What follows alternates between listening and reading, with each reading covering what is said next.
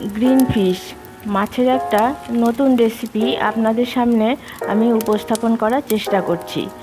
নমস্কার শ্রদ্ধেয় দর্শক বন্ধুরা, আমি শাওন পাকশালা থেকে আজকে খুব সহজে এবং খুব টেস্টি রুই বা কাতল মাছের রেসিপি করার চেষ্টা করলাম।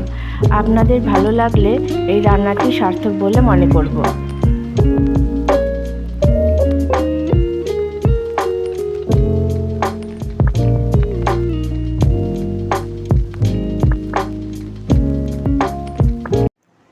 রান্না শুরু করছি শাওন পাকশালা কবিতার ছন্দে। ভিডিও দেখে রান্না করুন মনের আনন্দে। নমস্কার বন্ধুরা, শাওন পাকশালাতে সবাইকে স্বাগত জানাই। আজকে আবার নতুন একটা রান্নার ভিডিও নিয়ে এসেছি। আজকে আমি বানাবো গ্রিন ফিশ।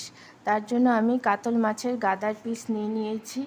আপনারা চাইলে গাদা পেটি মিলিয়েও নিতে পারেন, আপনাদের পছন্দ অনুযায়ী আপনারা পিসগুলো নিতে পারেন। আর নিয়েছি একটা ক্যাপসিকামের অর্ধেক কুচি, একটা মিডিয়াম সাইজের পেঁয়াজ কুচি নিয়েছি, 3টে কাঁচা লঙ্কা কুচি করে নিয়েছি, আর এখানে নিয়েছি ধনেপাতা আর কাঁচা লঙ্কা বাটা নিয়েছি।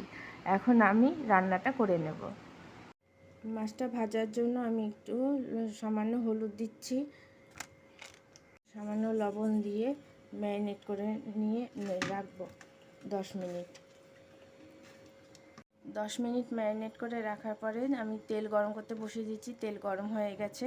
সাদা তেলেই রান্নাটা করতে হয়, সাদা তেলেই আপনারা করার চেষ্টা করবেন। আমি এই তেলের মধ্যে মাছটা ভেজে নেব।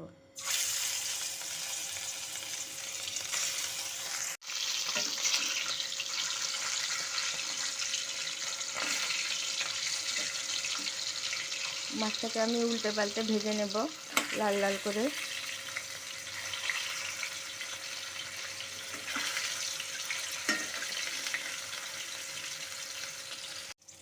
মাছটা ভাজা হয়ে গেছে, এখন আমি মাছগুলো তুলে নেব।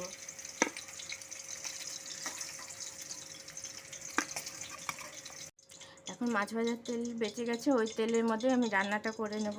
প্রথমে দিচ্ছি পেঁয়াজ কুচি, দিচ্ছি ক্যাপসিকাম কুচি, তারপরে দিচ্ছি কাঁচা লঙ্কা কুচি।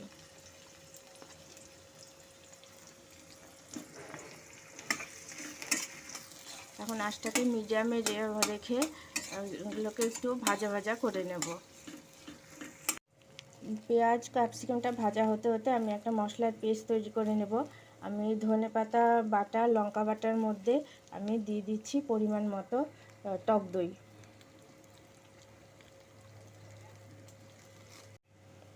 আদা রসুনের পেস্ট,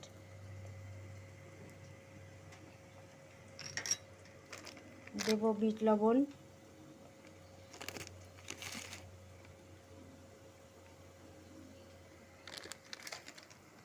দিয়ে সব কিছুকে ভালো মতো করে এখন আমি পেঁয়াজ আর ক্যাপসিকামে ভাজার মধ্যে টক দই, ধনেপাতা বাটা, কাঁচা লঙ্কা বাটা, একটু বিট নুন, সব আদা রসুন পেস্ট সব দিয়ে দিচ্ছি এর মধ্যে।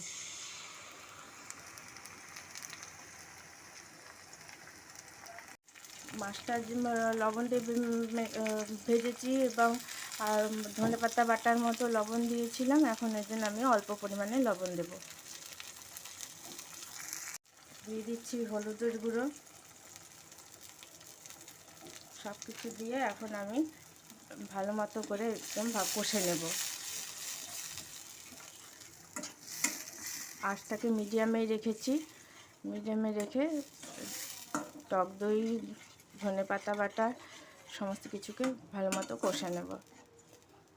যতক্ষণ তেল না ছাড়ছে ততক্ষণ আমি এভাবে নেড়ে নেড়ে কষতেই থাকবো। মশলা থেকে ভালো মতো তেল ছেড়ে গেছে, এখন আমি এর মধ্যে দিয়ে দেব ভেজে রাখা মাছের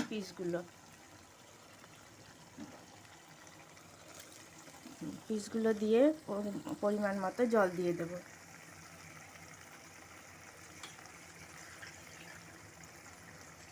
বেশি জল দেব না, এটা মাখো মাখোই হয়, অল্পই জল দেব।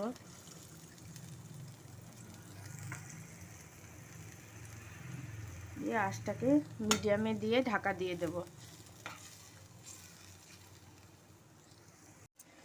এখন আমি রান্নাটা আমার প্রায় শেষের পথেই। এখন আমি দিয়ে দিচ্ছি রিং পিস করে রাখা পেঁয়াজ,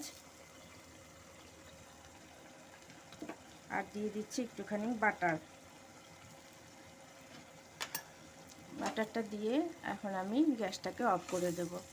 এটা খেতে খুবই অসাধারণ লাগে, খুব ভালো লাগে। ভাতের সাথে, ফ্রাইড রাইস, পোলাওয়ের সাথে খেতে খুবই ভালো লাগে, খেতে খুবই অসাধারণ লাগে। আর বাটারটা দেওয়ার জন্য স্মেলটাও যেমন সুন্দর আসে, টেস্টটাও ভালো লাগে। খেয়ে ভালো লাগলে আমার চ্যানেলটিকে সাবস্ক্রাইব করবেন, লাইক করবেন, শেয়ার করবেন এবং কমেন্ট করে আমার পাশে থাকবেন।